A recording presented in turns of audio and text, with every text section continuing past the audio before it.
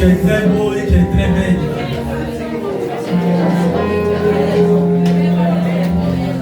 J'ai l'impression que tu ne trouves pas ton voisin trop beau. Tu vas regarder ton voisin, tu vas dire que tu es très belle.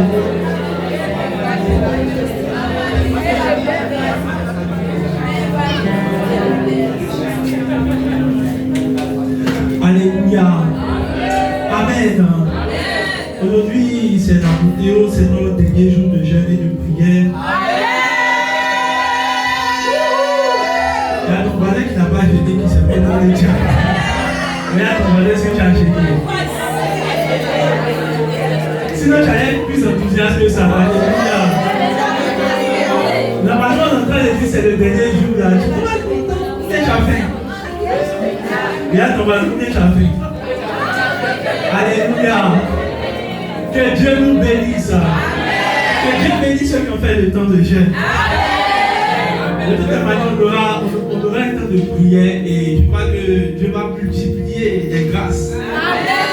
Et nous aurons aussi des témoignages de personnes qui ont été aussi édifiées par ce temps de jeûne. Alléluia. Normalement, quand on dit jeûne, tu vas jeûner, mais tu n'aimes pas jeûner, tu aimes déjeuner. Alléluia. Dieu nous fait du bien dans cette église. Alléluia. Et sans plus tarder, je vais rentrer dans notre thème qu'on a commencé depuis la semaine dernière. Renouvelé par les pensées de Christ. Voilà, c'est les gens qui ont gêné là qui parlent bien comme ça. Renouvelé par les pensées de Christ. Toi, tu as mangé et puis tu ne cries pas. Alléluia. Alors, depuis la semaine dernière, on a commencé à parler du renouvellement par les pensées de Christ. On a compris que nous avons la pensée de Christ. Alléluia. Et lorsqu'on parle de la pensée de Christ, on parle des personnes qui non seulement ont accepté Jésus le Christ, mais également qui ont la même manière de penser que Dieu. Alléluia. Il est inadmissible que le Saint-Esprit de Dieu habite en toi et que tu n'aies pas les pensées de Dieu. Alléluia. Si tu dis que le Saint-Esprit habite en toi, normalement tu as les pensées de Dieu. Amen. Et on a maintenant entamé des obstacles qui font que tu n'as pas les pensées de Dieu. Amen. Parce que tu vas me dire, mais comment tu peux dire que j'ai les pensées de Dieu et puis je n'arrive pas à savoir qu'est-ce que Dieu veut pour moi? Ça prouve que les pensées de Dieu ne sont pas en toi. Parce que si les pensées de Dieu sont en toi, bien sûr, tu sais maintenant qu'est-ce que Dieu veut. Même quand tu entends de dire, Seigneur, je cherche ta volonté, tu entends de chercher en fait la pensée que Dieu a, par exemple, concernant ton mariage, concernant l'école, en fait. C'est tout ce que tu cherches, en fait. Seigneur, je fais mon projet, qu'est-ce que tu penses? Donc, en gros, quand tu demandes même la volonté de Dieu, tu entends demander ce que Dieu pense. Alléluia. Amen. Mais si tu maintenant à la pensée de Dieu en toi, tu n'es plus obligé, en fait, tu ne seras plus en train de demander. Mais la question c'est, comment maintenant faire pour savoir pourquoi les pensées de Dieu n'habitent pas en moi, bien que je sois chrétien, bien que je parle en langue. Alléluia. Et on a commencé à avoir depuis la semaine dernière quelques pensées, ou du moins quelques obstacles. On a commencé à comprendre que le vrai problème, c'est que tu as des pensées qui font que la pensée de Dieu n'arrive pas à rentrer en toi. Ou du moins, même quand elle est là, elle n'arrive pas à se manifester. Alléluia. Donc, il y a des pensées, et on a vu la dernière fois que lorsque Paul parlait du combat spirituel, il dit, nous prenons les armes. Les armes dont on parle ne sont pas contre le diable. Alléluia. Les armes dont Paul parle, il dit, est-ce que la com peut faire ressortir le verset? Il dit, les armes que nous avons, c'est pour renverser les forteresses. Donc on a vu que le vrai travail, en fait, le vrai problème, le vrai combat spirituel, ce n'est pas le combat spirituel où on prend les machettes pour découper les gens, en fait. Alléluia. Ou bien on fait un retour à l'envoyeur, ou bien on envoie le feu, je ne sais pas où. Alléluia. Si vous brûlez les choses là, c'est compliqué, hein? Ça sera un peu comme Los Angeles. Alléluia. C'est vous qui avez envoyé votre feu là-bas et puis pour ça. Amen. Mais on a compris en fait que il dit nous combattons pour renverser quoi? Les forteresses. Ouais. Verset qui suit maintenant.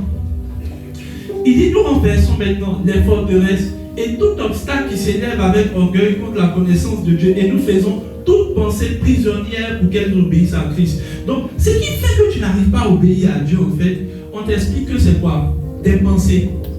Donc, on a compris que les forteresses, les raisonnements, tout ça, ce sont quoi? Des pensées. Donc, le vrai combat spirituel, c'est le combat des Voilà, tu as compris maintenant. Maintenant, on a commencé à voir les pensées qui sont en toi, qui font en fait que tu n'arrives pas à connaître Dieu. Parce qu'il dit que ces pensées-là, regarde, s'élèvent avec orgueil pour la connaissance de Dieu. En fait, ce sont ces pensées-là qui font que tu n'arrives pas à prier. Ce sont ces mêmes pensées qui font que tu n'arrives pas à obéir à Dieu. Ce sont ces mêmes pensées qui font que tu as 2 ou 3 gars. Ce sont les mêmes pensées. Ce sont les mêmes pensées. Amen. Amen. Oui. C'est les mêmes pensées qui font que tu es pauvre. Oui. Vous savez, depuis qu'on entend parler de ce thème-là, j'ai vu qu'il y a des forteresses que Dieu va enlever dans ta tête. En fait, tant que les forteresses sont là, en fait, vous savez, c'est les mêmes forteresses qui font que l'Afrique n'arrive pas à aller loin. Je crois que le vrai combat des Africains, c'est le combat des forteresses. Et le diable, qu'est-ce qu'il fait? Tu vas me dire, mais le diable, quelle est sa place dedans? En fait, le diable, lui, tout ce qu'il fait, c'est d'alimenter les forteresses. Et les forteresses sont maintenant devenues un système de croyance. Lorsque on parle de forteresses, en fait, je vais vous expliquer ça terre à terre. C'est un peu comme si ce sont des esprits qui viennent sous forme de pensée, qui maintenant entrent en toi et puis ça devient comme normal. C'est normal. Par exemple, une forteresse comme ça que tu trouves normale, c'est que, je prends un exemple, c'est quelque chose qui devient pour toi une forteresse. Par exemple, le fait que tu sois pauvre. Il y a une voix à l'intérieur. En fait, les forteresses, c'est comme des voix qui vous parlent à l'intérieur. Et puis, c'est pour ça que la Bible parle de raisonnement. Les raisonnements, en fait, elles donnent raison à tout. Par exemple, tu es pauvre. Et puis, le raisonnement va venir. C'est une voix qui vient. Tu sais, c'est normal que tu sois pauvre. C'est pas ta faute. Tes parents sont pauvres, toi-même. Et puis après, il y a pas eu beaucoup de personnes qui t'ont poussé. Et puis aussi, toi aussi, tu es là, tu dis, c'est vrai.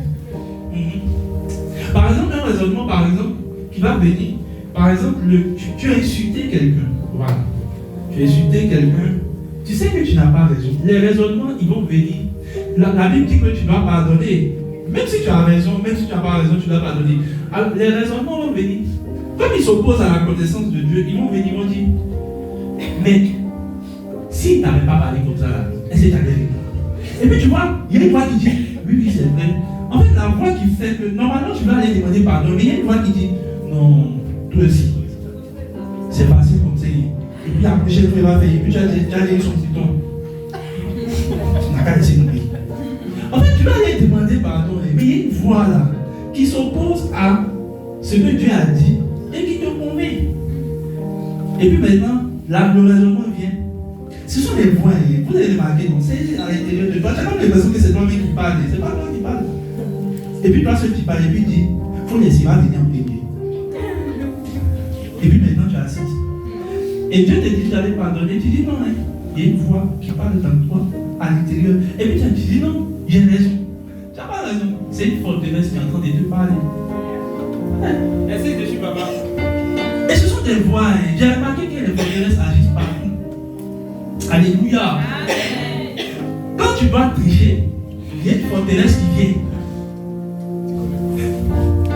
La Bible dit, tu ne vas pas tricher, c'est ça. Mais il y a une voix qui parle là. Non, c'est chaud.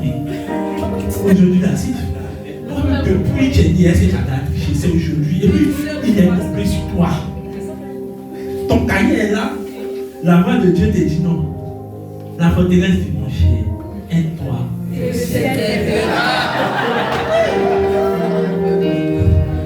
puis, pour te réconforter, la forteresse te dit, mais est-ce que depuis toi tu viens à l'école là, tu as triché?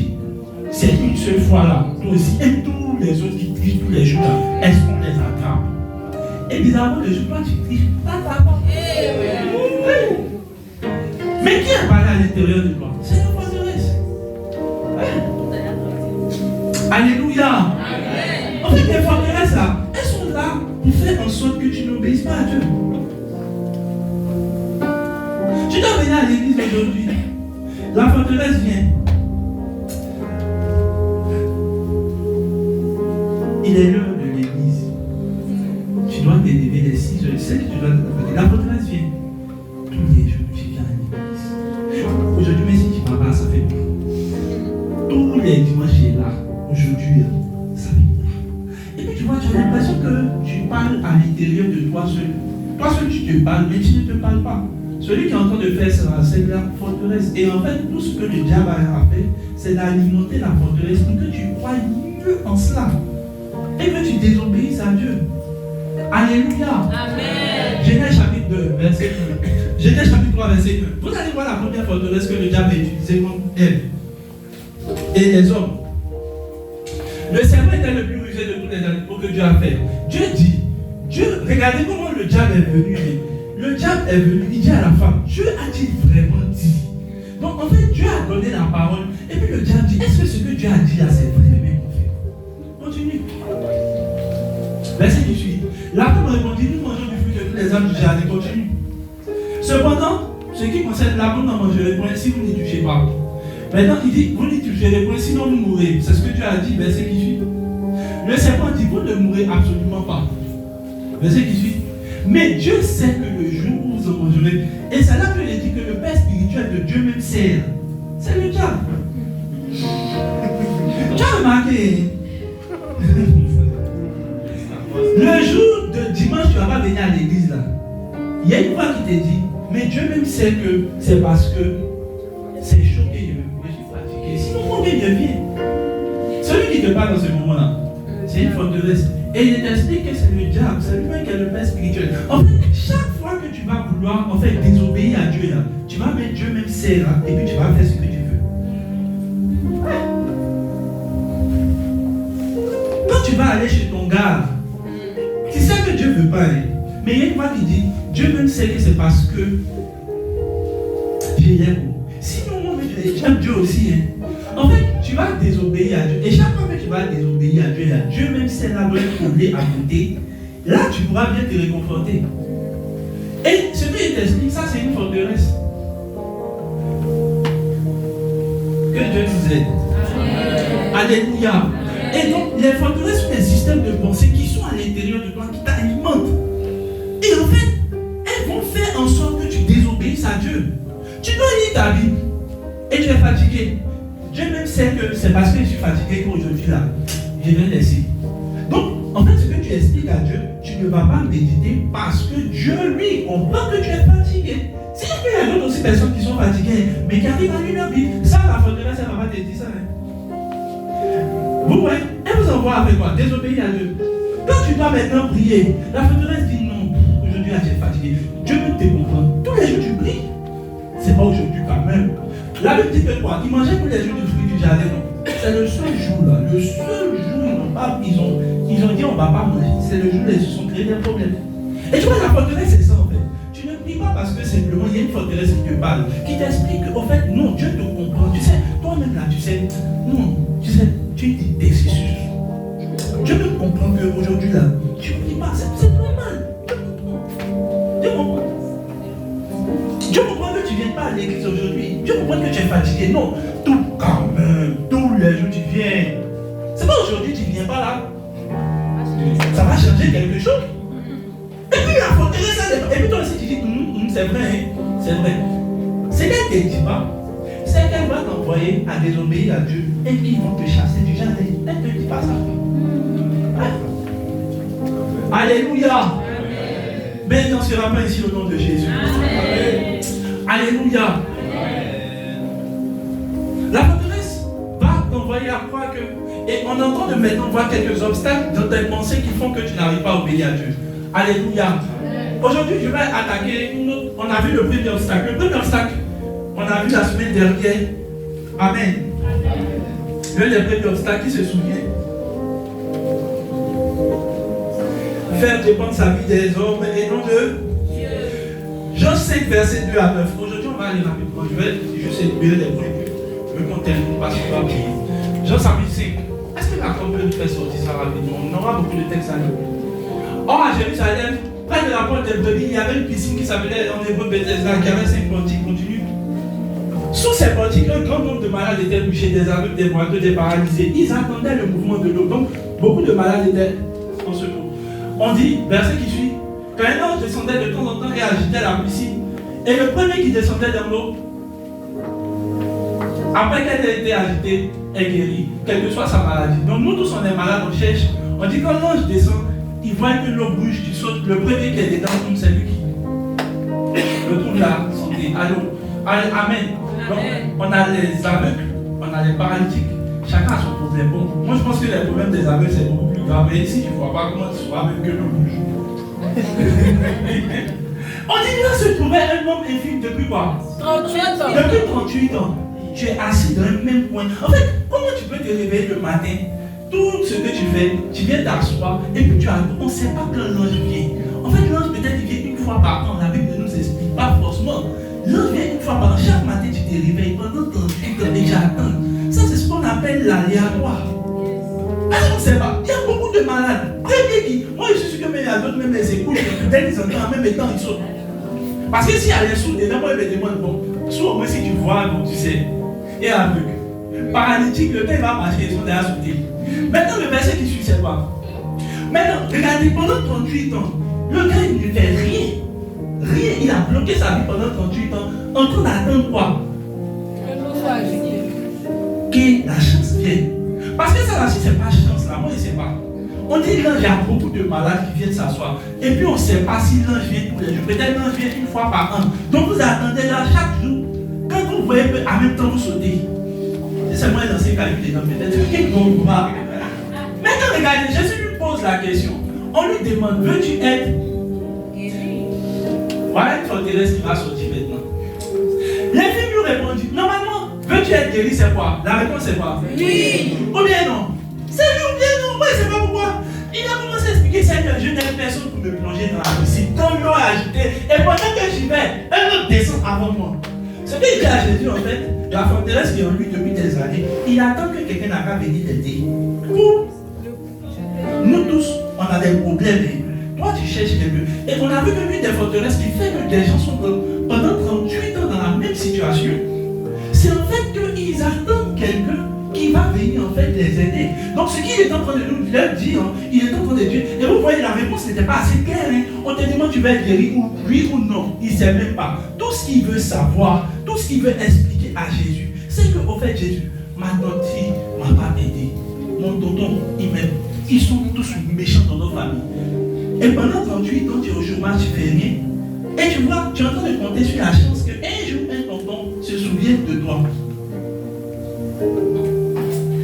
Donc en fait, ce qu'il explique, ce homme-là est en train de dire à Jésus, si ça fait 38 ans, tu me vois, je suis assis ici, là. Et je vous dis la vérité, on parle de quelqu'un qui était malade pendant 38 ans, que sûrement le Seigneur, parce qu'on te dit l'ange du Seigneur descendait, ça sous-entend que l'ange du Seigneur pouvait les toucher et tous ils allaient guérir. Et je vous dis une chose qui peut vous choquer, Dieu peut vous regarder pendant 38 ans et puis ça ne lui dit rien. Ah, bien sûr, voilà la preuve. Et tu vois, moi le verset qui suit, c'est quoi? Regarde le verset qui suit. Jésus lève quoi? Quand ton compteur marche, verset qui suit. Aussitôt ce homme fut guéri, puis son compteur se mit à marcher. Verset qui suit.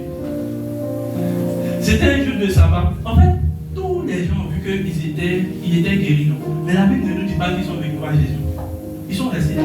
Et puis il attend encore un ange qui va sauter. Tu vois, moi je crois une chose. Tu es pauvre parce que simplement tu comptes sur les gens pour t'aider à aller loin dans la vie. Et tu vois, il y a une forteresse en toi qui fait que. En fait, il y a une voix qui te parle. En fait, c'est parce que non. Moi-même là, c'est pas parce qu'il n'aime pas l'école, mais la personne peut me pousser. C'est une forteresse. En fait, ce que tu dis là, c'est que c'est parce qu'il n'y a pas des hommes pour t'aider que tu n'es pas loin. Sinon, en fait, Dieu ne t'a pas dit que tu as besoin des hommes. Tu as juste besoin, t'as dit, il faut s'appuyer sur le monde. Et c'est là que tu vois, je vois que. Maintenant, pourquoi tu es pauvre? Pourquoi tu es malade? Parce que simplement, dans ma famille, il y a personne qui m'aide. Moi-même, je me débrouille comme ça. Et tu vois, il y a un système qui fait que tu crois que si. Et puis tu vois, ce sont les gens qui viennent même à l'église, quand on les aide pas, ils se fâchent. Moi-même, là, il n'y a personne qui va me pousser. Qui nous pousse nous-mêmes?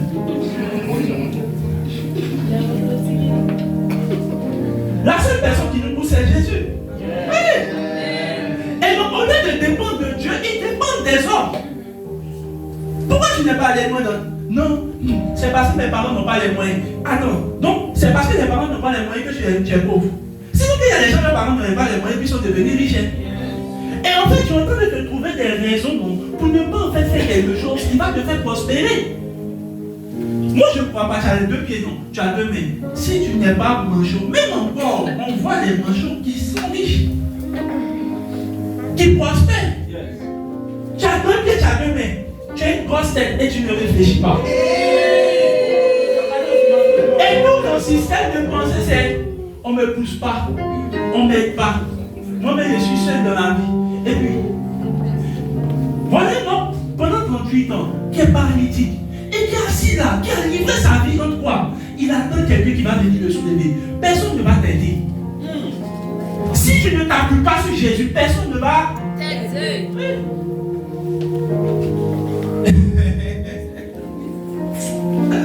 Seigneur, accorde-nous la grâce de nous appuyer sur toi. Et il y a des gens qui ont vu, aujourd'hui, à regarder la vie de plusieurs personnes. Non, j'attendais Dieu qui tente. Elle ne va pas t'envoyer. Bonne arrivée. Et tu vas te fâcher contre la tante. Ta tante aussi a des problèmes, tu ne sais pas. Et puis tu oses dire au Seigneur, Seigneur, j'ai placé toute ma confiance en toi. Et pourquoi elle ne va pas là-dedans, ça te fait mal? Et vous n'avez pas un système de foi qui est basé sur Dieu, mais un système de foi qui est basé sur quoi? Sur les hommes. Et ça, c'est un faux système de pensée. Mais dans le nom de Jésus, j'en ai délivré. Amen. Deuxième système de pensée que tu as qui est mauvais. Jean 8, verset 33. Jésus déclara: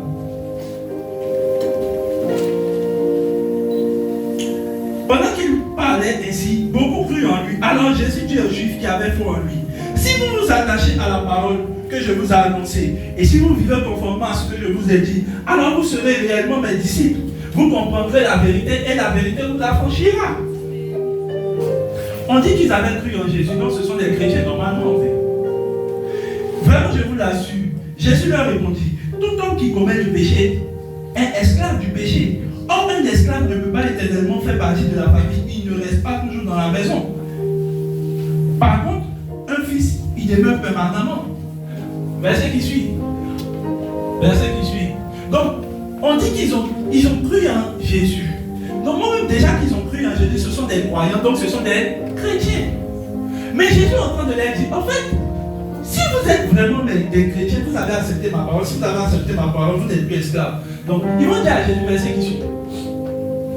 Je sais bien. Donc, ils disent à Jésus: non, on ne peut jamais être esclave. Comment tu peux dire qu'on est esclave? Nous sommes la postérité d'Abraham. N'empêche, maintenant je dis, je sais que vous voulez la postérité d'Abraham, mais n'empêche que vous ne jamais supprimé. Parce que mes paroles ne trouvent pas un accès dans vos cœurs. Vous êtes incapable de saisir ce que je vous dis. Et ce n'est pas pris sur vous. Cela n'a pas de pris sur vous. Verset qui suit. Moi, je parle de ce que j'ai vu chez mon père. Vos actions reflètent ce que vous avez appris de votre père. Donc, chacun fait ce qu'il voit chez son papa. Quel verset qui suit? Notre père à nous ripostait, c'est Abraham. Jésus dit: si vous êtes des enfants d'Abraham, agissez donc comme lui. Donc, comme ils savent que si on dit vous faites ce que votre père fait, donc il faut chercher son papa. Il dit: non, papa, c'est Abraham. Jésus dit: mais si vous êtes des enfants d'Abraham, normalement ce que Abraham fait là, vous allez faire. Verset qui suit. Au lieu de cela, vous cherchez à me faire mourir. Pourquoi? Parce que la vérité que j'ai apprise de Dieu, Abraham n'aurait jamais fait cela. Verset qui suit. Vous agissez exactement comme votre père à vous. Vos œuvres ressemblent à un père. Donc actuellement, on ne sait même pas qui est le papa. Donc ils vont répondre: mais ce criait, nous ne sommes pas des enfants illégitimes. Nous tous, notre papa c'est Dieu. Ça, c'est pas plus facile. Tu sais que tu vois une évaluation, nous tous on est enfants de Dieu. Nous tous, on est bizarrement enfants de Dieu. C'est facile, hein? Maintenant, regarde la réponse de Jésus. Maintenant, si Dieu était vraiment votre papa, leur dit Jésus, vous m'aimeriez, car il est la source de mon aide. Toi, tu dis tu es enfant de Dieu et tu n'aimes pas Jésus. Mon frère, et c'est auprès de lui que je viens. Je ne suis pas venu de ma propre initiative, c'est lui qui m'a envoyé. Verset qui suit. Pourquoi ne comprenez-vous pas ce que je dis? Parce que vous fermez vos oreilles à mon enseignement, vous êtes incapable de supporter mes paroles. Verset qui suit. Votre véritable père. Ton vrai papa. Ton vrai papa. C'est pas Dieu. Votre véritable père, c'est le Après ça, on dit qu'ils ont voulu lapider Jésus. Moi, il est comme ça. Et vous avez choisi de se plier à ses désirs. Alors maintenant, voyez l'autre pensée que tu as aussi. Et je vais enlever ça dans ta tête. La pensée de croire que tu es chrétien, tu n'es pas dedans. Et voilà le bon motif. Moi, je suis enfant de Dieu. Nous tous sommes enfants de Dieu. Vous voulez dire quoi? Vous croyez que c'est vous seul qui êtes enfant de Dieu? Tu es enfant de Dieu à qui? Si tu étais enfant de Dieu, tu ferais les œuvres de Dieu. Toi, tu es enfant de Dieu et puis chacun bien dans ton corps. Et puis, c'est Dieu qui est ton papa. Il y a des gens qui sont en train de parler entre nous, enfants de Dieu, et ils parlent de Dieu. Ils parlent de Dieu. Tu es enfant de qui? Nous, les enfants de Dieu, on s'habille bien. Toi, tu mets ton nombril dehors, tu portes quelque chose qui arrive. Et toi aussi, tu es enfant de Dieu. Tu es créature de Dieu, mais désolé, tu n'es pas enfant de Dieu. Parce que si tu es enfant de Dieu, Jésus te dit, pourquoi tu peux dire que tu es enfant de Dieu et puis tu ne fais pas les œuvres de Dieu? Dieu met son nombril dehors. Tu vas arriver au ciel, tu vois toi, ton papa, il est assis là-bas, on dit que le pan de sa robe remplissait le temple. Il faut imaginer. Nous, on est en train de parler de notre Jésus. Toi, tu dis que toi aussi, tu es enfant de Dieu. Enfant de Dieu, mais tu l'as trois d'esprit. Et tu es enfant de Dieu où? Tu es enfant de Dieu. Et puis maintenant, tu vois, ils ont un truc là, ils se mettent en vidéo. Et puis ils mettent en bas un son je ne sais pas quel artiste. Tu es enfant de Dieu et tu écoutes musique mondaine. Toi aussi, tu es enfant de Dieu. Et puis ça, oui, vous jugez trop. Mais attends, Jésus me dit, si vous êtes enfant de Dieu, tu sais ton vrai papa là, le voilà, c'est le diable. Et tout ce que tu fais là, c'est le comportement de ton papa. Sinon, comme nous on aime Jésus, on aime évangéliser. Chacun fait ce qu'il a vu chez son papa. Nous, notre papa, c'est Jésus. On a vu parler du royaume de Dieu. Nous, si on parle du royaume de Dieu, tu dis non, nous, on exagère. Maintenant, toi, tu parles de quoi? De toi-même. Tu fais chacun. Et la Bible dit quoi? Chacun fait ce qu'il a vu chez son père. La Bible dit que le diable est orgueilleux. Il aime lui-même se montrer. Donc, tu fais ce que tu vois chez ton papa. À longueur de journée, du matin jusqu'au soir, tu entends les parler de ton station, on te voit un peu Snapchat ici. On voit tout ce que tu manges. Chacun fait ce qu'il voit chez son papa. Nous, on fait ce qu'on voit chez notre papa.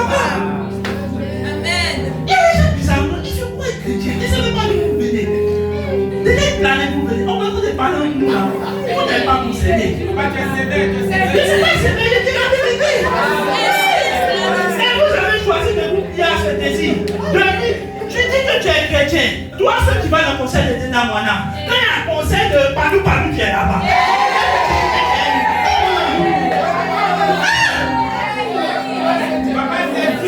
Ils sont chrétiens. Donc, toi, seul dans ton téléphone, il y a les sons du diable et puis il y a les sons. Et puis toi-même, tu es convaincu que tu es dedans. Même le diable te regarde lui. Et puis Dieu se regarde. Il est dans ton camp ou bien il est dans ton camp. Regarde ton voisin, tu es dans quel camp?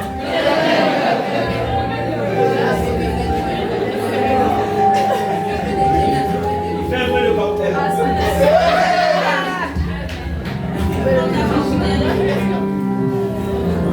Chrétien.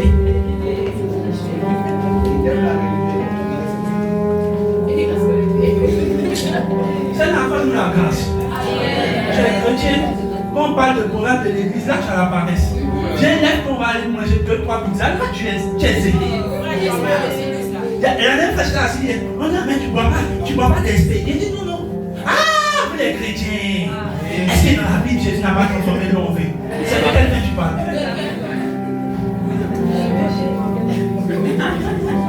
Et c'est à cause de ce genre de personnes-là que nous on croit que les chrétiens sont des malaux. Et c'est vous. Chrétien avec qui? Et tu dis que ton papa c'est Jésus. Jésus a les parents et qui est responsable. Ton papa là, actuellement là, c'est pas Dieu. Je pourrais te dire la vérité. Tu peux pas me dire. Regardez, Jésus les a regardés en face. Eux dans leur tête, ils croient qu'ils sont chrétiens. Ils croient qu'ils sont les enfants d'Abraham. Ils croient dans leur tête que Dieu est leur papa. Et dans la vérité, Jésus les regarde. Il dit mon frère, ma soeur, vous n'êtes pas les enfants de Dieu. Vous êtes les enfants du diable. Et comment je sais ça? Quand je regarde mon manière de faire là. Mais attends, tu peux pas être enfant de Dieu mais tu aimes mentir. La Bible appelle le diable. Regardez, depuis le début, il n'a pensé qu'à tuer. Il n'a persévéré dans la vérité. Parce qu'on peut me dire dans une version. Regardez une version. On dit lorsqu'il ment, il est dans son élément. Tu veux savoir qui est ton papa? Il faut regarder. Quand tu mens et que tu te sens dedans, frère, regarde, même si tu vas à l'église, c'est pas la peine. Non, moi je vais à l'église, j'ai ma communauté. Tu as ta communauté et puis tu te comportes comme ça. Des menteurs, et puis il est dans son. Moi j'aime la version. On dit ment et puis il est dans son élément. Tu sais, regarde, tu ne peux pas dire que tu aimes le Seigneur et puis tu es dans ce genre de choses. Tu connais tous les sons païens. Les sons chrétiens, tu ne l'as pas. Il y a des gens qui sont là. Le Seigneur vous aide. Dans votre téléphone, là, choisissez. Soit vous suivez Jésus, mais si vous êtes dedans, un peu de partout, un peu de. C'est tout ça aussi, partout, là. C'est ça aussi. Vous êtes chrétien et puis vous avez les sons païens et puis vous aimez ça. Quand on est sur Facebook, on est excités. Aujourd'hui, les chrétiens parlent beaucoup. Et bon, c'est pas les vrais chrétiens, parce que si vous êtes vrais chrétiens, vous n'êtes même pas encore en train de parler là-bas. Vous êtes excités qu'on parle des choses du monde. Et vous dites que vous êtes chrétien.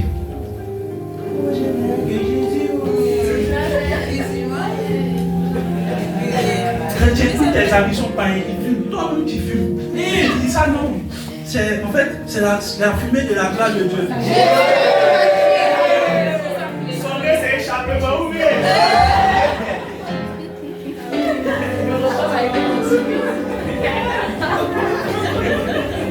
Chrétien et tu as 3 mots.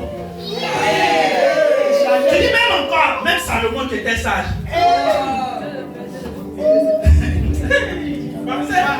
Elle est terrible. Salomon avec 3 femmes. Tu as l'argent de Salomon.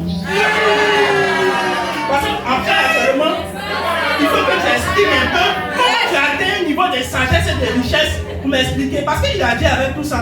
J'ai dit que tout ça c'est la vanité. Tu es pauvre et toi tu as travaillé et puis tu parles de Salomon. Salomon va être sage. Et il était riche. Tu ne peux pas me dire que tu es chrétien et tu es dans le péché. Frère, tu es en train de te séduire. Si tu vas te dire oh non, mais tu sais, tu vas aller au ciel, Dieu est ton papa, oh le Seigneur avec toi. Et puis une bonne manière de te consoler, c'est non, Dieu avec toi. Dieu avec toi, maman. Dieu va briser le bien que tu as fait. 3 appartements. Et puis tu dis, oh, tu as Dieu avec toi et qui? Où? Tu fais les œuvres de ton papa. Ce que les sont en train d'enlever dans ta tête, c'est les forteresses qui te font croire.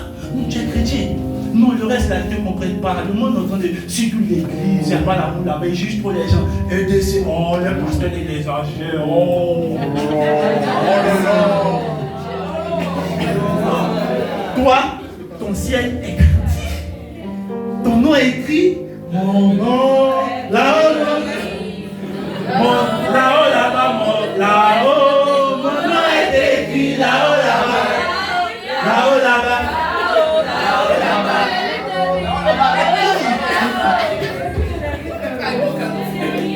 Tu vas arriver là-bas. Tout le monde n'est pas écrit. La dernière fois, il était assis, il était en train de regarder un commentaire sur Facebook. Il a vécu dans le monde et tout, il est mort et on m'explique que non. On ne sait pas, au ciel on sera surpris. Il dit que la chose, c'est pas surpris. Alors, Jésus dit ceci. Moi je m'en vais au Père. Paul dit, j'ai fini ma course, la couronne de gloire m'est réservée. Écoutez, on arrive au ciel et on dit surprise. Surprise qui est là. Ah, d'accord. Ceux qui continuent à croire la surprise, vous serez surpris d'être en enfer. Parce que personne n'ira au ciel ou en enfer étant surpris. Ah, tu ne l'avais pas. Ton nom sera barré. Mais tu ne seras pas ici. Arrêtez d'avoir des pensées qui vous font croire et vous sentir chrétien. Pourtant vous êtes dans le monde. Quand toi-même tu es devant 3 bouteilles de boc là, c'est Jésus qui t'a fait. Parce que la Bible dit, vous faites ce que vous voyez votre père faire. Tu as là vu Jésus devant 3 bocs. Non, il faut réfléchir. Parce que moi je veux savoir, si tu me dis que tu as vu Jésus, il n'y a pas de problème. Ta manière de t'habiller, c'est ce que Jésus fait. Tu arrives au ciel et puis tu vois un ange là-bas au minuit. J'imagine un peu les anges transgenres.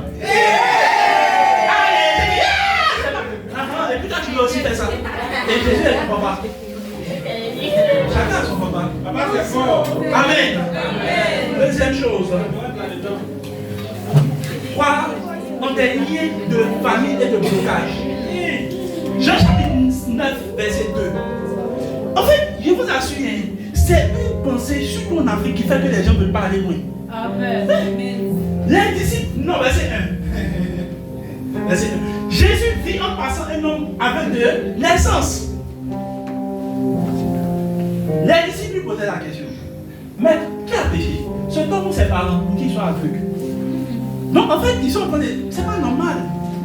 Seigneur, c'est les liens des sangs des parents ou bien c'est lui-même qui a fait quelque chose, lui, la malédiction. En fait, la question c'était de situer le lien de sang. Donc en fait, les liens de sang, c'est pas les doigts que ça pose. Jésus répondit, ce n'est pas ses parents ou c'est lui. Donc en fait, il y a une mentalité, il y a un évangile qui nous prêche, qu'on nous prêche en Afrique ici surtout là, qui dit en fait, tu n'es pas loin là parce que dans votre lignée, il y a un sang qui fait que tu n'arrives pas à avancer. Donc la première chose qu'on cherche à savoir, c'est qui a fait ton papa. Et puis on dit, vos parents ont sémé des choses. Hey! Bon, c'était les agriculteurs, ils ont sémé faussement. Et je vais vous suivre. Et ça va faire que tu vois toi-même là. Tout ce qui t'arrive là, tu dis, ouais, c'est ça. Non, mais ils savaient, c'est ça. C'est dans nos familles. Donc, ils ont trouvé un gars. Donc, vous voyez que c'est aujourd'hui. Donc, eux-mêmes, ils ont posé la question, c'est lui qui a fait ou bien c'est les liens de ses parents. Ézéchiel chapitre 18. on peut me mettre ça dans la version super, s'il vous plaît. On va aller au verset 1, et puis je vais vous donner quelques versets, 19 et puis 20. Ézéchiel chapitre 18. La parole de l'Éternel fut adressée en ces termes. Regardez. Verset qui suit, version super, s'il vous plaît. Il dit, qu'avez-vous à répéter ce proverbe dans le pays d'Israël? Donc Dieu est en train de dire, d'où est venue cette manière de répéter ce proverbe-là? Quel proverbe il répète? Il dit, les pères ont mangé des graines, mais ce sont les dents des enfants qui en sont agacés. Donc Dieu lui-même pose la question, d'où vient cette réflexion que vous avez de dire que comme les parents ont péché, ça va tomber sur les enfants? Et regardez, le jour quand j'étais en train de lire ce texte, je dis non, moi-même je me pose la question. Parce que si vous dites que c'est moi qui vous ai dit, moi-même je vous pose aussi la question. D'où vient ce proverbe qui dit, comme c'est quitté dans notre famille, comme c'est quitté chez les parents, ce que les parents ont sémé, ça va tomber sur les enfants. Tous ceux qui vous ont prêché ça, c'est pas le Dieu. Parce que si Dieu disait que c'est vrai, lui-même se pose la question, d'où ça vient? Regardez le verset. Aussi vrai que je suis vivant, le Seigneur les déclare, vous n'aurez plus à répéter ce proverbe. Et je déclare maintenant, vous n'aurez plus à déclarer ce proverbe également. Amen. Ce que vos parents, mais ça c'est leur problème. Maintenant, regarde comment je sais ça. Verset qui suit. Verset qui suit. Voici toute personne m'appartient, les fils comme les pères m'appartiennent. Eh bien, c'est la personne qui pêche qui mourra. 19 à 20. On va lire le verset. Parce que tout ce que Dieu est en train d'expliquer, en fait, Dieu est en train de dire que c'est pas moi.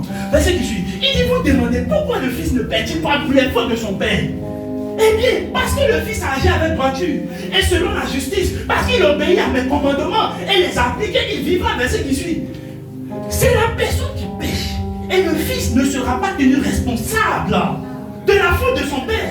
Si tes parents endormis combien c'est leur problème, mais ça ne te concerne plus. Ça te concerne quand Dieu dit, c'est toi qui vas pécher. Donc ce qu'il t'explique, ce n'est pas une ligne de famille qui fait que tu n'avances pas, c'est toi-même parce que tu pêches. Amen. À celui qui est juste, sa droiture sera portée à son compte. Et l'eau portera au compte du méchant sa méchanceté, point final. Maintenant, tu vas me dire quoi? Alors, les Africains ont une mentalité. Oh non, mais tu sais, il y a un lien qui est dans notre famille. On ne se marie pas. En fait, depuis notre arrière-grand-mère, notre arrière-grand-mère même là, elle ne s'est pas mariée. C'est tombé sur notre grand-mère. Notre grand-mère ne s'est pas mariée. Et puis après, c'est tombé sur notre maman. Notre maman ne s'est pas mariée. Ta maman ne s'est pas mariée parce qu'elle est bonne. C'est tout. Le problème, c'est quoi? Les gens pêchent et veulent prendre en fait la responsabilité. Maintenant, tu dis que c'est lié de famille. C'est lié de famille aussi qui t'envoie aller boire. C'est lié de famille aussi qui t'envoie aller chercher femme.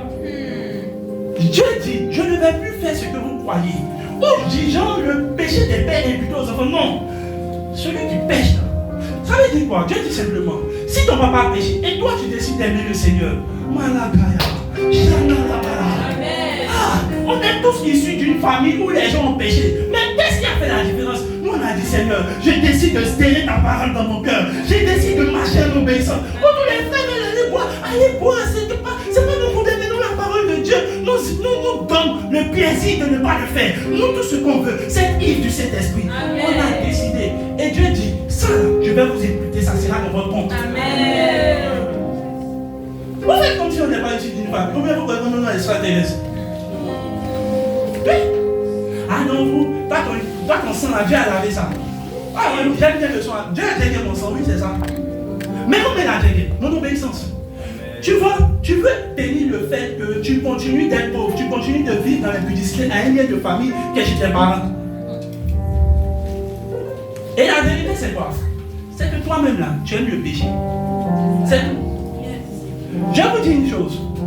Je suis sorti de toutes ces conceptions. Et même quand un homme de Dieu vient me parler, non, il y a un lien de sang, les parents s'aimer, et non, il y a des choses que les parents s'aimer qui sont en train de se dès que tu fais ça, je dis ton vie. Parce que Dieu dit ce proverbe-là, moi, mais c'est pas que vous ayez noté. Et au lieu de dire aux gens qui sont en train de vivre dans le péché, et c'est ce qui est en train de leur arriver, et la même question, Jésus, ils ont posé la question à Jésus, mais Jésus, c'est lui, mais ses parents, mais même depuis l'Ancien Testament, Dieu avait déjà répondu à la question. Ce n'est pas un esprit de pauvreté qui agit dans vos familles. La question, est-ce que tes parents donnaient leur dîme? Ils ne donnaient pas, non. C'est pour ça qu'ils étaient pauvres. S'ils obéissaient au commandement de Dieu, ils ne seraient pas pauvres. Maintenant, le diable ne te dit pas qu'il ne donnait pas la dîme. Il ne te dit pas qu'il volait l'argent de Dieu. Il ne te dit pas qu'il venait aussi corrompre. Il ne te dit pas tout ça. Tout ce qu'il te dit, en fait, il t'explique la conséquence de leur péché. Et puis, il te fait croire qu'au fait, c'est le même esprit-là qui fait. Et toi aussi, la preuve, tu n'as pas dit non. Tu vois Dieu. Et ça, là, tu n'es pas conscient de ça. C'est un esprit de famille. Je vais vous dire une chose. Vous êtes le résultat de votre obéissance ou de votre désobéissance à la parole de Dieu. Je prie dans le nom de Jésus que ces raisonnements qui font que tu n'arrivais pas à obéir à Dieu quittent dans ta tête. Amen. Et maintenant, tu commences à obéir promptement à Dieu. Alléluia. Et vous voyez, quand ce genre d'esprit-là rentre dans ta tête, tu ne veux plus forcer. Parce que tu te dis tout ce qui m'arrive là, c'est ça. Mais esprit de poisse, c'est de nos familles, on n'arrive pas à avoir battre. Or, le vrai problème là, il n'y a pas la parole de Dieu qui te dit tu dois travailler avec diligence qui t'habite. Je ne serai jamais pauvre. Jamais. Pourquoi? J'ai décidé de pratiquer ce que Dieu a dit dans sa parole. Et quand j'ai décidé cela, Dieu aussi a commencé à imputer cela à la justice. Que Dieu vous accorde cette place au nom de Jésus. Amen. Alléluia. Deuxième pensée, pas un pensée erronée. Pas un pensée erronée. Je vais aller vite parce que je dois donner les clés. Romains chapitre 8, verset 29 à 30. Croire au concept de destinées inégales. Je vais vous expliquer cela. En effet, ce que Dieu a connu d'avance. Donc, lorsqu'on dit ce que Dieu a connu d'avance, il s'agit de qui? Nous, quand on dit nous, je n'ai pas convaincu. J'ai dit nous quoi? Bon, c'est ça aussi, je n'ai pas aussi dans quel nom tu es. En effet, ce que Dieu a connu d'avance, c'est qui? Il les a aussi. Tu ne peux pas m'expliquer que toi, tu n'as pas de destinée. Je ne peux pas comprendre. Dieu a destiné d'avance à devenir conforme à l'image de son Fils. Afin que l'aîné, il soit les nombreux frères et sœurs. Verset qui suit.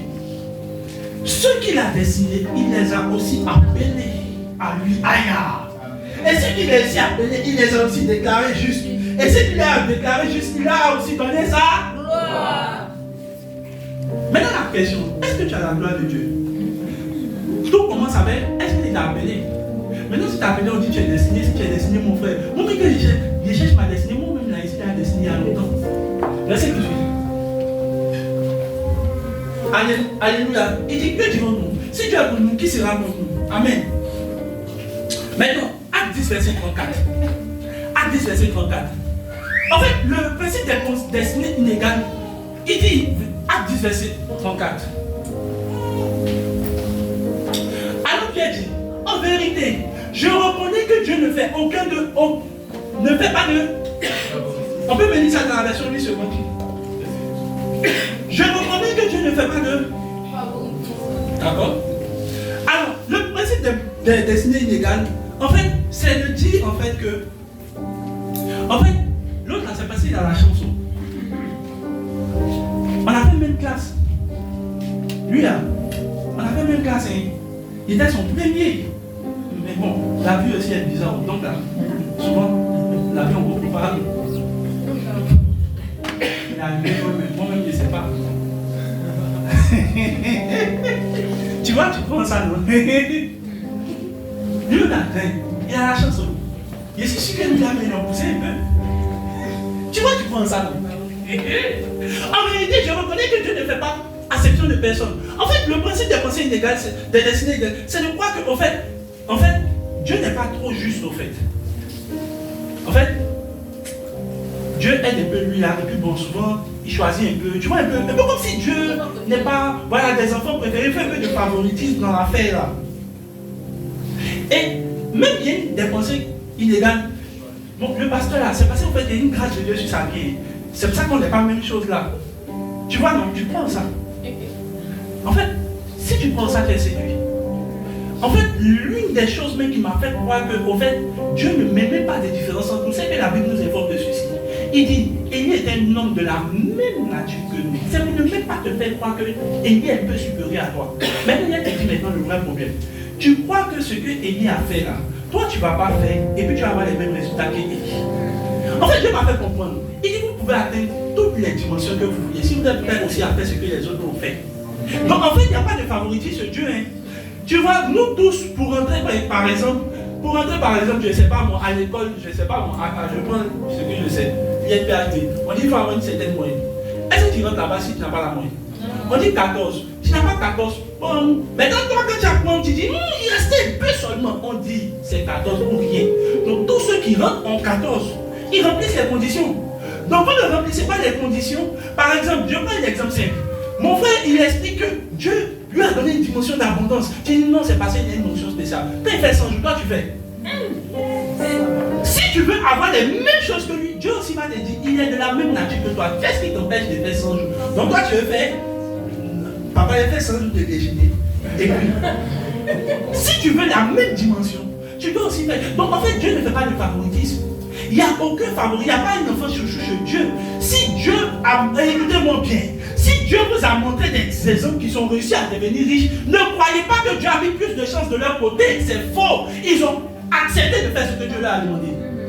Maintenant, quand tu dis je veux l'onction de Joseph, quand Potiphar t'arrête à genoux, et tu dis non, en fait, non, Joseph aussi avait une grâce. Il y a une chose, il y a une séduction que le diable vous fait croire, un peu comme s'il y a une certaine plus grâce. Écoutez, c'est faux.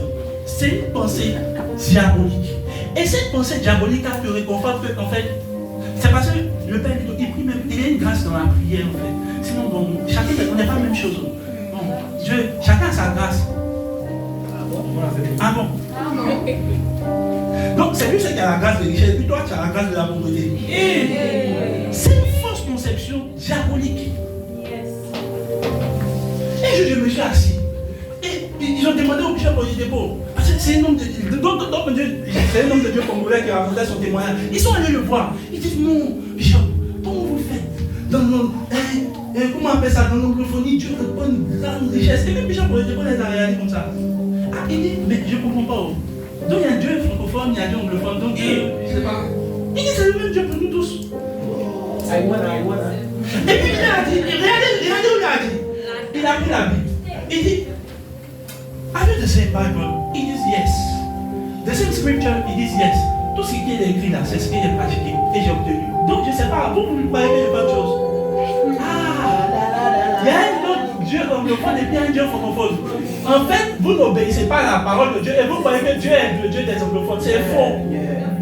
La même Bible là, c'est ce qu'il obéit. Et quand j'ai entendu ça, ça m'a frappé. Jésus dit dans la fin, non, chez les anglophones, chez les francophones, c'est Dieu de tout le monde. Il n'y a pas de Dieu. C'est ça que Dieu dit, je ne fais acception de personne. Il n'y a pas de Dieu anglophone, il n'y a pas de Dieu francophone, il n'y a pas de Dieu baoulé. Il y a un Dieu pour tout le monde. Les mêmes principes là, il les a donnés pour tout le monde. Donc il y a un Jésus blanc, il y a un Jésus noir. Quand Dieu dit, celui qui donne la gym à nous, les églises, il a dit non, c'est pour les anglophones. Tu as vu? Tu vois le vrai problème là. Tu vas aller regarder télé pendant que tu dois jeter et puis tu vas avoir la dimension d'Élie. C'est ça. Quand Dieu a dit à Moïse, tu dois te retirer du peuple, tu n'aimes pas les retraites, mais tu vas avoir les résultats des gens qui ont les retraites. Et finalement, quand les gens vont faire les retraites, ils ont les résultats, tu dis non, en fait, c'est une grâce particulière. Ils ont une option particulière. Il n'y a pas d'option. Ouais, ils ont le temps. Nous, on n'a pas le temps. Ils ont le temps, nous on n'a pas le temps. Nous aussi on travaille comme toi. mais on prie. Nous, si on travaille comme toi, hein, souvent même tu te réveilles, ce matin, je me suis réveillé, avant de venir prêcher, il y a un sommet. 4h30, je suis en train de lire ma Bible. Non, chômage. Sinon, travail, embouteillage, nous, on ne connaît pas. Mais nous, on réussit à lire la Bible. Et toi, tu espères que tu vas dormir dans ta... Et puis tu te réconfortes. Oui. C'est parce que sans pasteur, est-ce qu'on a la même chose aussi? Nous-mêmes, il y a une grâce. Et puis, même, est-ce qu'ils vont travailler même? Ah bon? Ah bon? Et tu vois, tu crois que nous, on est différents de toi. C'est une séduction. Et le diable va te réconforter comme ça pour que tu ne puisses jamais faire ce que Dieu te demande. Les pasteurs obéissent à ça. Et toi, tu ne peux pas obéir à ça. Que Dieu te délivre de ces choses. Alléluia. Amen. Je suis en train d'échanger quelque chose en toi. Frère, il va au travail aussi. Ah, tu pensais, d'accord, tu pensais que quelqu'un me réveille. L'esprit de Dieu vient à 4h sur moi. Et puis non, je n'ai pas sommeil, c'est faux. Hein? Ah bon. Quand ton réveil sonne là, et puis tu n'as pas envie de te réveiller là, tu penses qu'il y a une autre. Oh non, l'esprit de Dieu lève le pasteur. Donc vous prenez des sottises comme ça. Hein? Alors vous croyez que nous aussi on n'est pas fatigués. Donc vous croyez que nous aussi on n'a pas sommeil. Ah, les jeunes là, ça nous a tous fatigués. Hein? Yes. Je te signale, souvent surtout 29, 10 heures comme ça.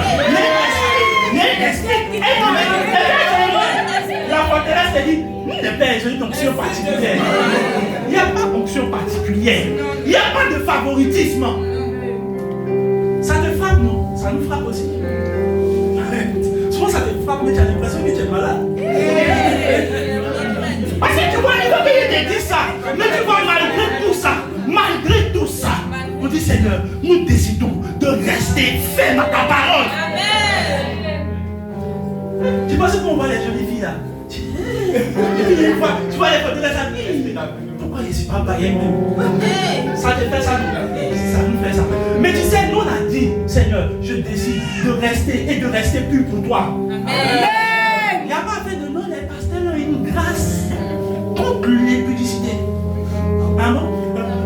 Et puis je suis marié.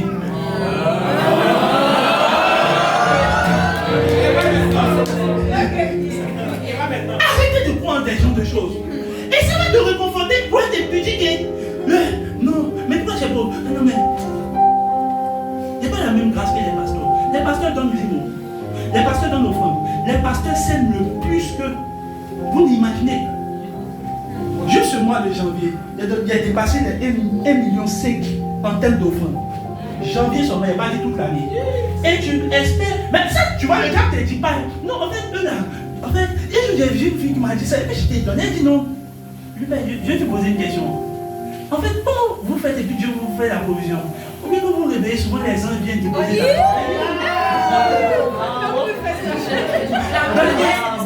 donnez-moi un numéro, moi je les ai. Service livraison. Frère, c'est pas comme ça marche. Ce que Dieu a écrit dans sa parole, nous-mêmes on obéit aussi à ça pour que Dieu puisse nous donner des résultats. Ah, les pasteurs sont les voleurs, on va le dire.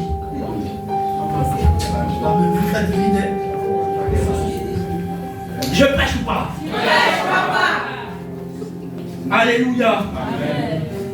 Une autre chose qui est mauvaise aussi, je vais maintenant à nous. Je suis en train d'atterrir. 2 Corinthiens 10, verset 12. La comparaison aux autres. La comparaison aux autres. Et puis maintenant. Il dit nous n'osons pas nous égaler.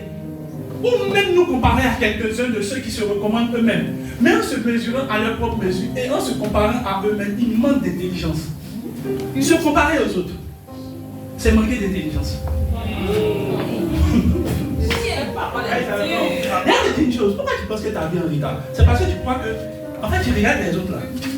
Moi-même, toutes mes amies sont mariées à cet âge. À cet âge, est-ce qu'on est censé être célibataire? Et puis tu regardes maintenant le statut de tes. Chaque samedi à mariage.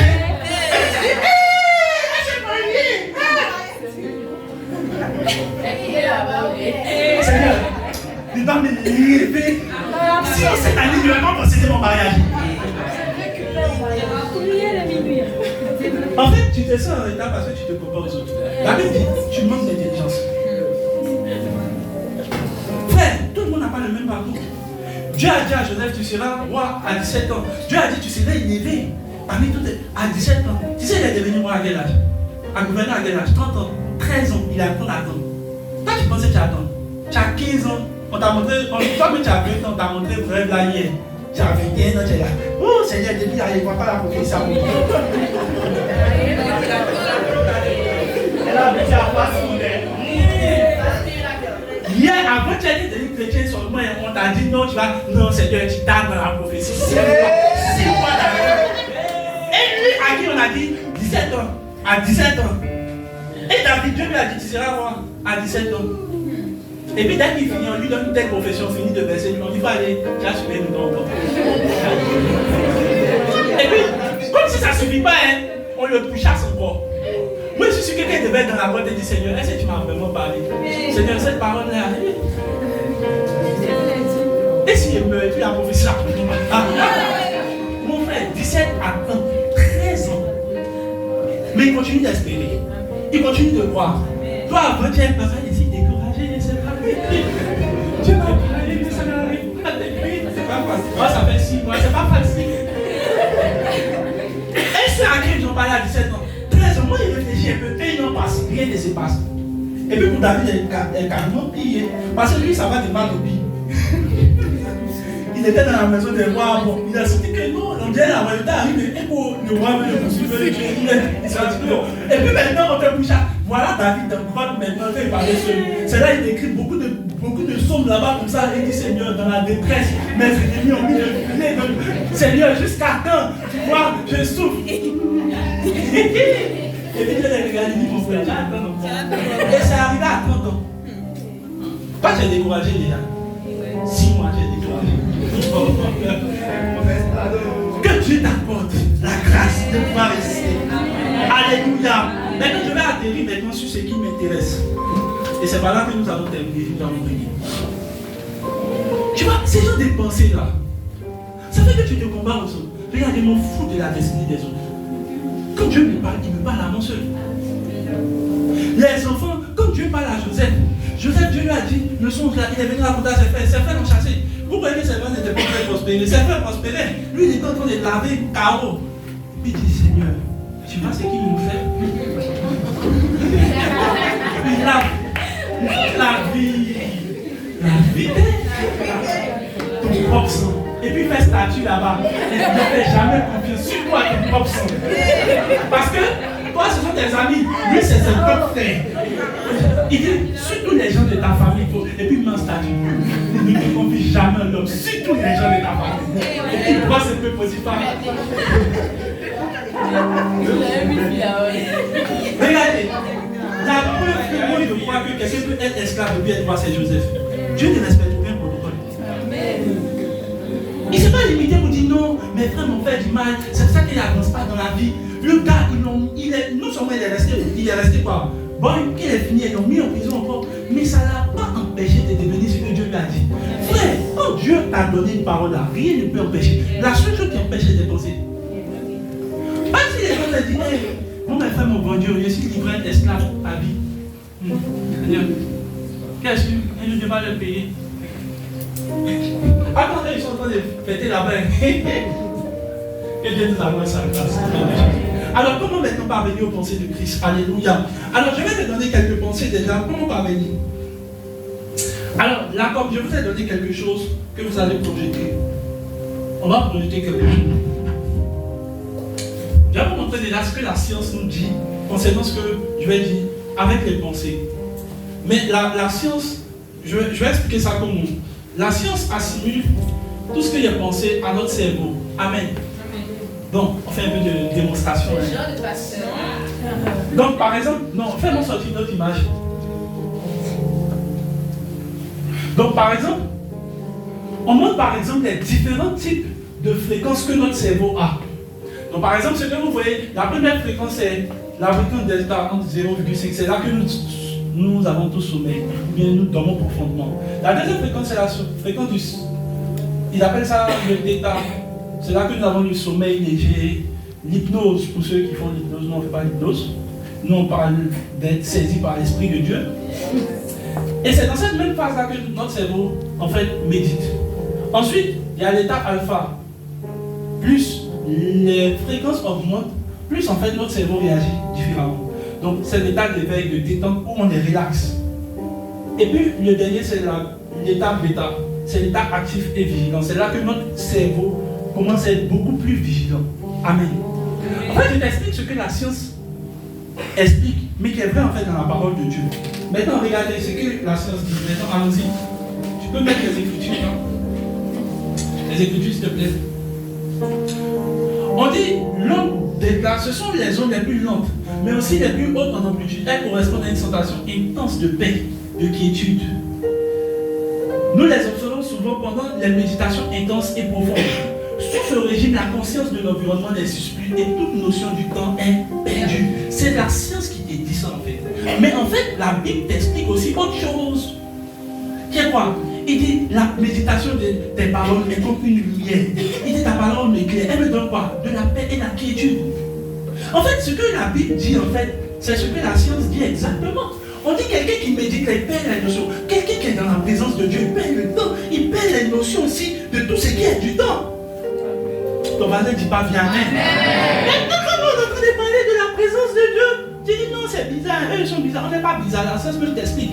Maintenant, en fait, on t'explique qu'à cette fréquence-là, dans ton cerveau, là, ça se passe comme ça. Mais en fait, j'ai compris également que, parce qu'il est en train de faire les recherches, est-ce que l'âme et le cerveau sont liés? On dit oui. Parce que Dieu dit, voilà ce qu'on dit. Les pensées viennent de notre cerveau. Mais aussi la Bible dit que les pensées, il dit les mauvaises pensées doivent venir du cœur. Le même cœur, c'est le mot qui est interchangeable avec l'âme. Donc en fait, l'âme qui est notre cœur émet également des pensées. Donc en fait, ce que les scientifiques appellent le cerveau, c'est en fait notre cœur. Quelqu'un suit. Ton cœur là, c'est pas ça, ton vrai cœur, c'est ce qui est ici.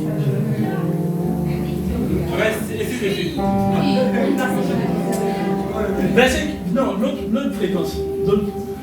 L'autre état, elle correspond à un état de relaxation intense. Méditation plein éveil, le corps est endormi et l'esprit est éveillé et alerte. Souvent ça arrive quand tu penses que, on pense que tu dors, mais tu sens tout ce qui se passe autour de toi. Il dit, sous ce type de configuration cérébrale, vous êtes intériorisé. Cela peut aller jusqu'à l'état de somnolence, vous êtes suspendu en éveil. Bon, verset, l'autre.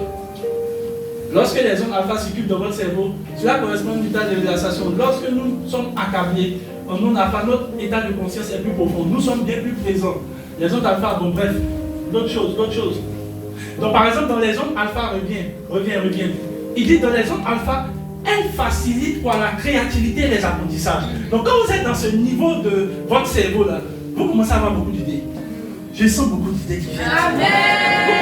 Et c'est dans cette partie-là que le génie des hommes se révèle. On dit que l'homme n'a pas utilisé encore 1% de son cerveau. On a 0,05. Mais regardez dans 0,5, on fait sortir les avions et tout. Donc c'est dans cette partie de ton cerveau, quand ça arrive à cette fréquence-là. Alors, continue. En bêta, elles correspondent aux phases d'activité courantes, voire intenses de la journée. Quand vous êtes au travail pleinement concentré sur ce que vous faites, vous fonctionnez en onde bêta. Donc quand tu vois que j'ai concentré au travail, c'est l'onde bêta. Qu'est-ce que je veux te faire comprendre avec tout ce que je suis en train de te montrer? Psaume 119, verset 18. Comment parvenir à avoir les pensées de Christ? Je vais t'expliquer ce que la science dit. En fait, vous croyez plus en la science, mais nous on croit plus en la parole de Dieu. Il dit, Seigneur, ouvre mes yeux pour que je contemple les merveilles de ta parole. Ça doit être ta prière tout le temps quand tu lis la Bible. Maintenant, je veux maintenant que tu lises avec moi Psaume 82, verset 6. Psaume 82, verset 6.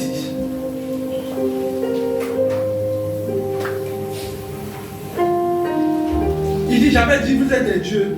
Et quoi? Maintenant, on peut me lire... J'avais lu le Psaume 119, verset 18.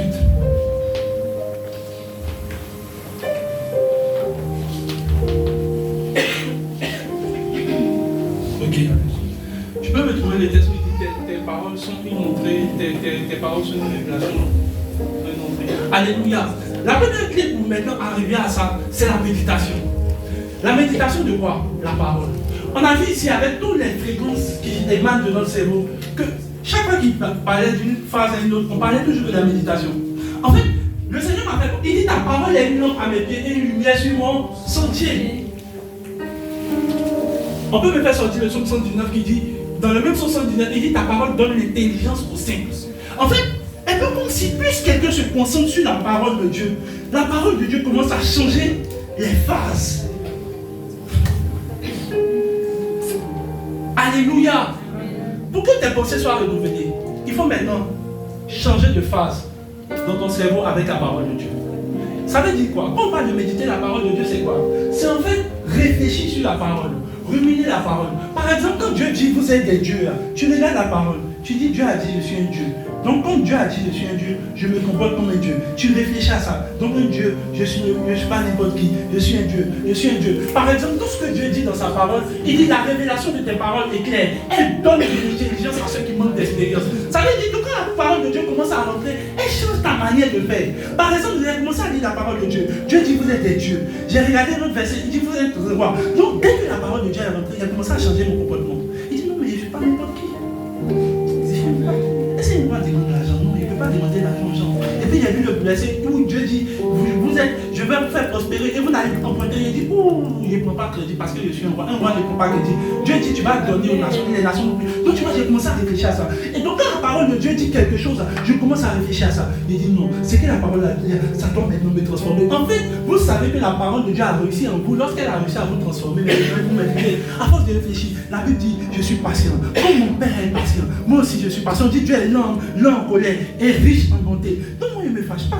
Je ne me fâche pas si Dieu est lent. Moi je suis lent en colère. Si vous me fâchez, c'est très dur. Donc toi-même tu commences à réfléchir à ça. Et quand tu réfléchis à ça, tu crois ça et tu maintenant manifestes là. Tu dis pas non, moi et Dieu on n'est pas la même chose. Et dès que tu dis ça, c'est comme si tu dis que la parole de Dieu et toi est différente. Dieu refuse de dire moi et Dieu on n'est pas la même chose. On est la même chose. Il dit tel nous sommes dans ce monde. 1 Jean chapitre. Maintenant comme le 16 là, il y a vu ça dans la parole de Dieu aussi. Alléluia. 1 Jean 4 verset 17. Donc pour commencer à croire ça, il faut commencer à dire Seigneur, si tu as dit dans la parole que tel il est tel nous sommes, donc moi aussi je suis comme toi. Il dit regardez, il dit nous avons l'assurance que parce que nous sommes dans ce monde tel que lui il est, tel nous sommes. Donc Dieu est la même chose que moi.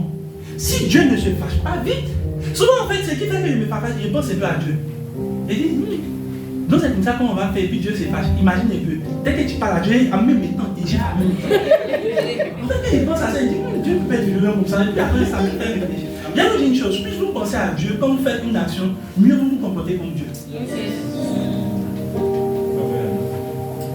Souvent, en fait, pourquoi je ne parle pas nous chier? Je vous explique. Je pense un peu vulgaire. Imaginez un peu. Je parle un ange, il faut faire tout de suite. En fait, quand je pense à ça, je dis, mais c'est bizarre en fait. En fait, tel il est, tel je suis. Donc, quand Dieu parle, je vois qu'il est éloquent. Oh.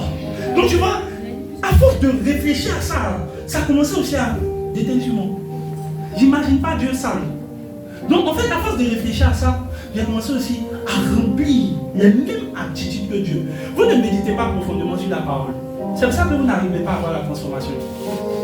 Je vous assure, je suis arrivé au stade où je me sens bizarre. Excusez-moi du terme, mais qu'une fille m'approche, c'est bizarre. Je ne sais pas. Oui, ça se perd, c'est vrai. Parce qu'en fait, je sens que je perds ma sérénité. C'est bizarre. C'est bizarre. Je suis comme Dieu.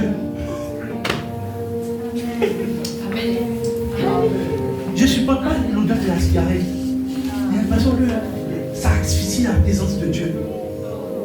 J'ai dit, depuis tu dis, il y a une odeur là. Je ne fais pas mon sein. Non. Parce qu'en fait, à force de méditer sur les Écritures, la parole de Dieu, la nature de Dieu, j'ai commencé à accepter. Dieu est riche. Ça n'a pas gêné Jésus d'avoir un bon parfum, donc il aime les parfums.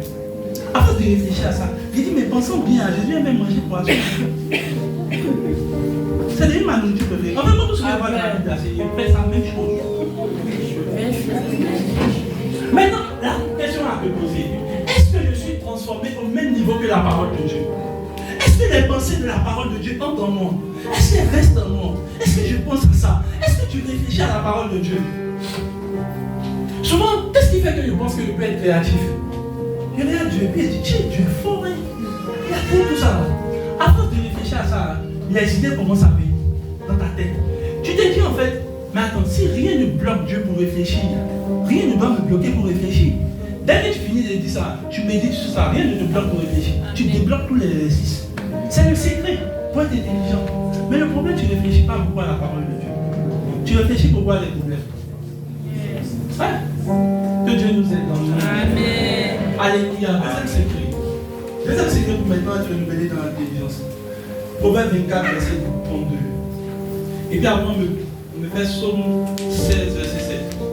Je vous donne quelques secrets.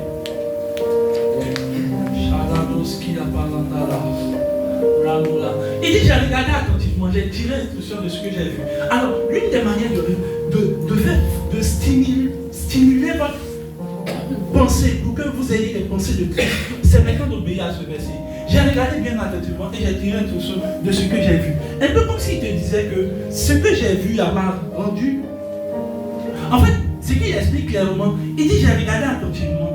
Et puis, ce que j'ai vu là, j'en ai tiré l'instruction. Le mercredi, mon frère a dit quelque chose dans la voix de Dieu. Il a dit, souvent, il peut être en train de regarder un truc que le taximètre fait ou bien un truc. Et puis, c'est ainsi pour lui que Dieu lui a parlé concernant quelque chose. Qui se souvient de ça? En fait, c'est ce verset-là qui obéit à ça. En gros, il sait maintenant tirer l'instruction de ce qu'il voit.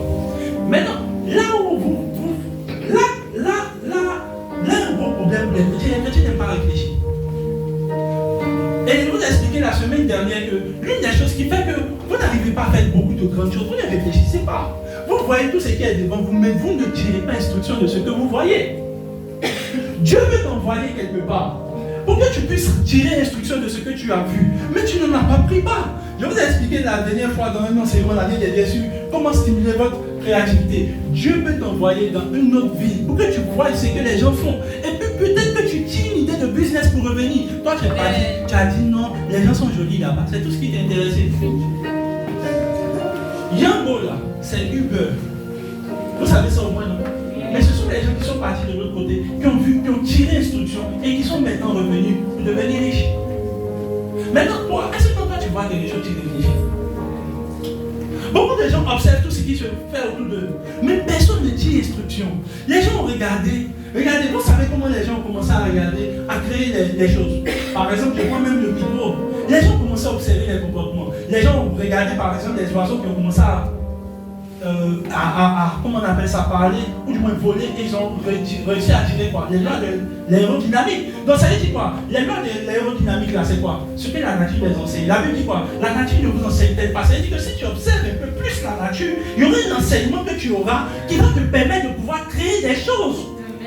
Quand Dieu veut t'apprendre la gestion, regardez ce qu'il dit. Il dit, va faire la fourmi paresseuse. Observe. Et vous allez voir comment. Donc si tu veux manager, si tu veux avoir un système de management, il faut regarder les fourmis. C'est pour ça que moi, je vais vous donner un secret. Si vous voulez améliorer votre niveau de productivité, vous voulez améliorer votre niveau de réflexion pour que votre pensée soit changée, un des secrets que moi je vous donne, allez vers la nature. Aimez Nat Geo White. Regardez les documentaires, vous allez tirer beaucoup de sagesse. Alléluia. Je me suis posé la question, pourquoi Dieu dit qu'il s'appelle Guillaume de la vie de Judas? Quand il a regardé les aptitudes de Guillaume et puis il a regardé le caractère de Dieu, c'est exactement la même chose. Il faut aller regarder le documentaire sur les Guillaume, tu vas comprendre. Donc peut-être toi tu n'aimes pas ça. Toi c'est The Voice. Tu vois ton problème là. Vous évitez tout ce qui ne vous fait pas réfléchir. Je prie. Tu sais, Dieu m'a dit ce matin, il dit les chrétiens n'aiment pas réfléchir. Et c'est pour ça qu'il n'arrive pas à faire des grandes choses. Dieu veut que tu fasses des grandes entreprises, mais tu n'aimes pas réfléchir. Toi, dès que tu réfléchis un peu, ça chauffe ta tête, ouh, il laisse tomber.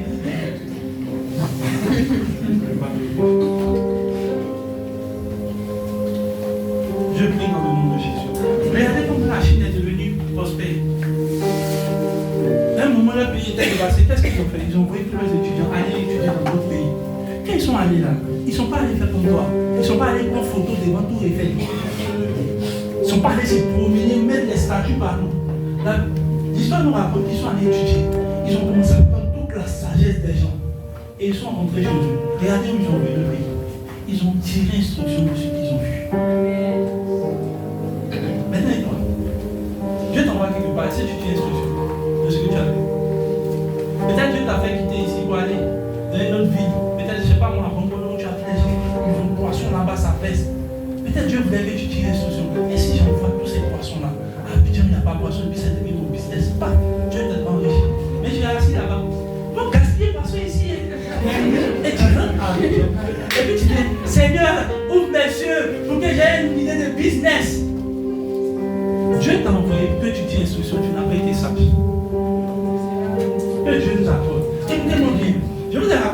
témoignage et je raconte le témoignage de mes filles.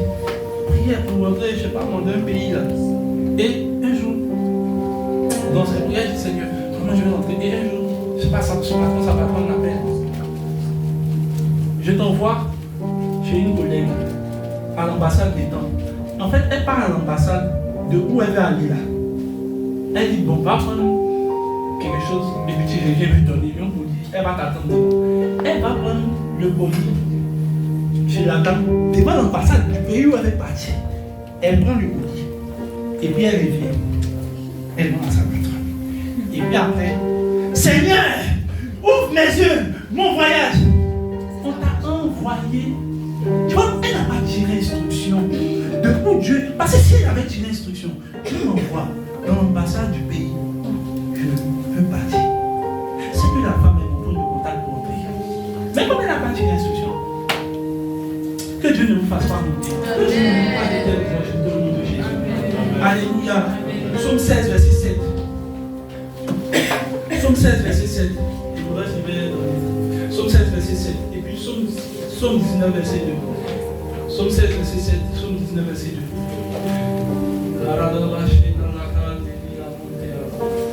Psaume 7.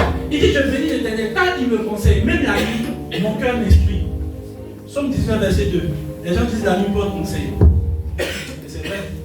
Psaume 19, verset 2. Le ciel raconte la gloire de l'Éternel et l'étendue révèle l'œuvre de ses mains. Verset qui suit.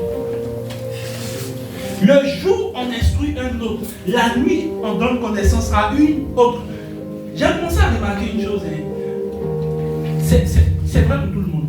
Tous ceux qui sont très, très, très productifs et qui font des grandes merveilles, que ce soit prenez tous les grands, ils aiment se réveiller tôt. En fait, ce sont les jeunes nocturnes, comme nous autres. Et j'ai remarqué que, en fait, c'est là que les vraies solutions sortent au fait. Les gens qui ont une méditation profonde pendant les heures nocturnes là, sont beaucoup plus productifs que ceux qui réfléchissent le matin. C'est bizarre, même scientifiquement c'est prouvé. Je suis en train de vous donner un secret. Il faut que vous aimiez, pour maintenant avoir les pensées de Christ, aimer les saisons nocturnes. Alléluia. Amen. C'est pour ça qu'on parle de se réveiller tôt, tu ne veux pas te réveiller tôt.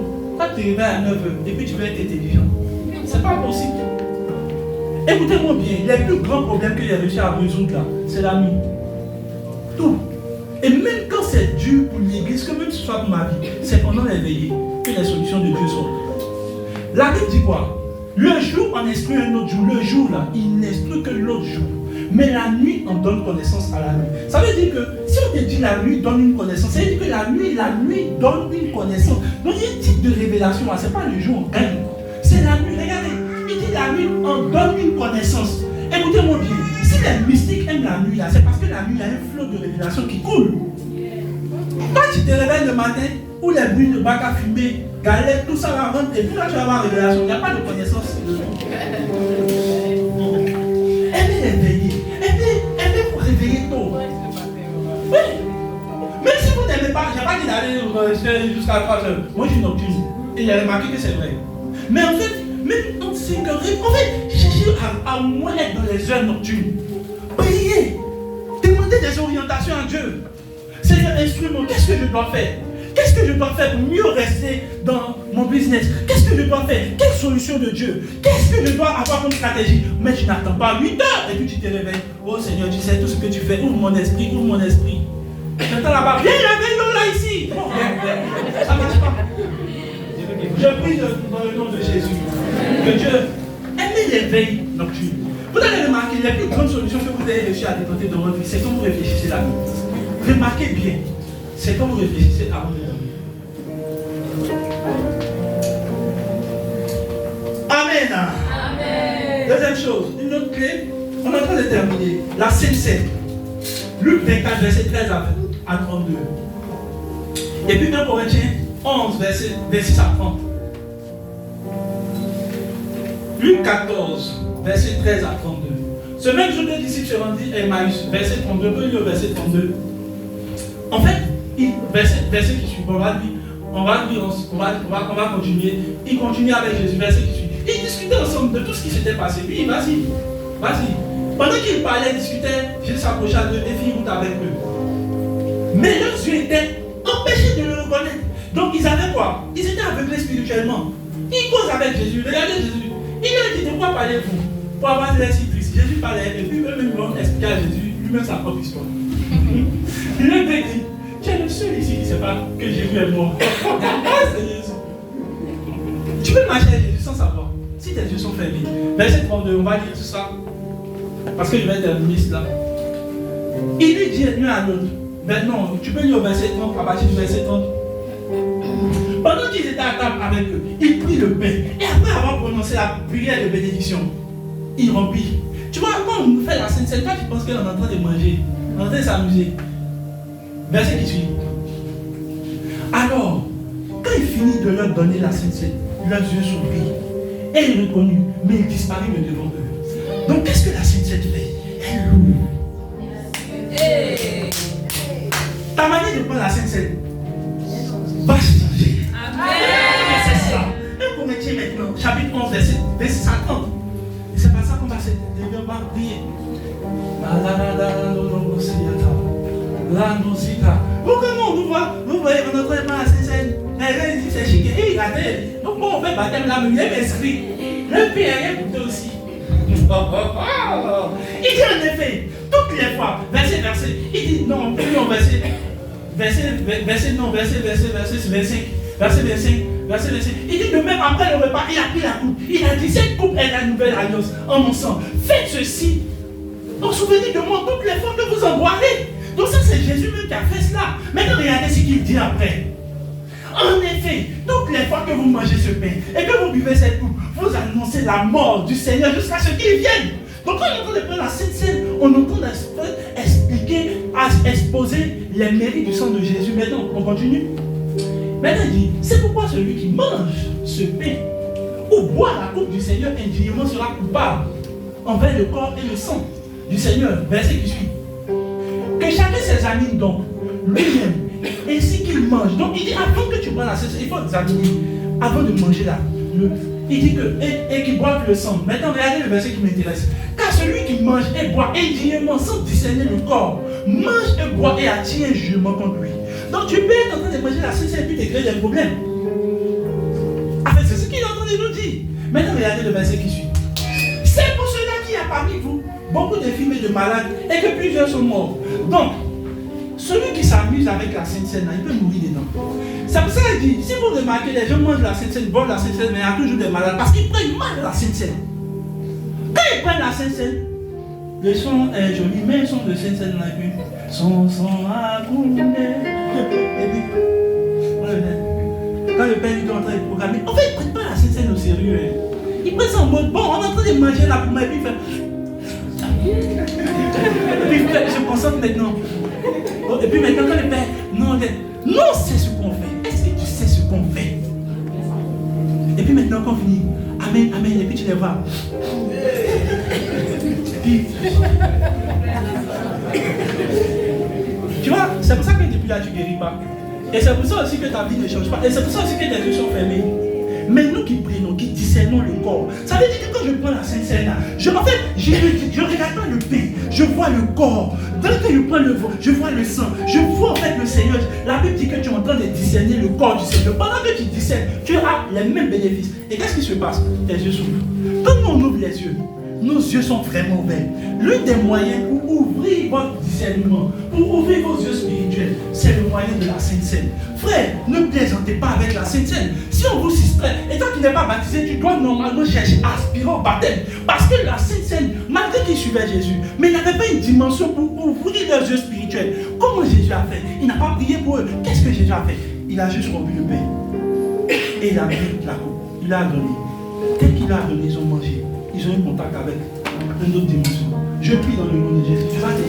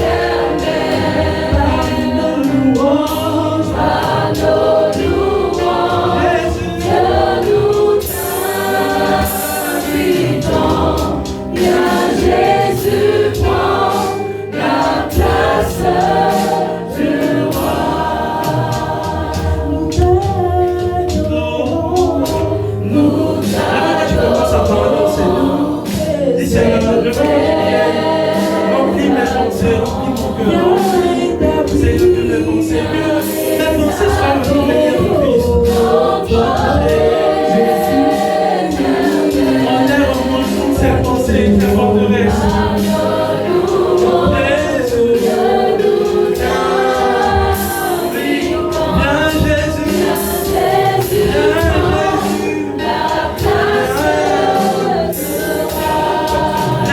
Jésus. Viens Jésus.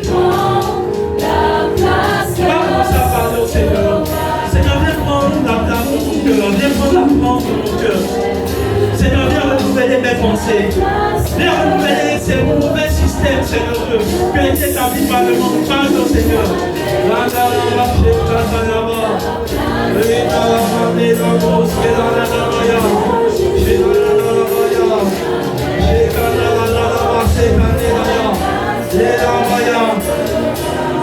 Viens, Jésus du monde.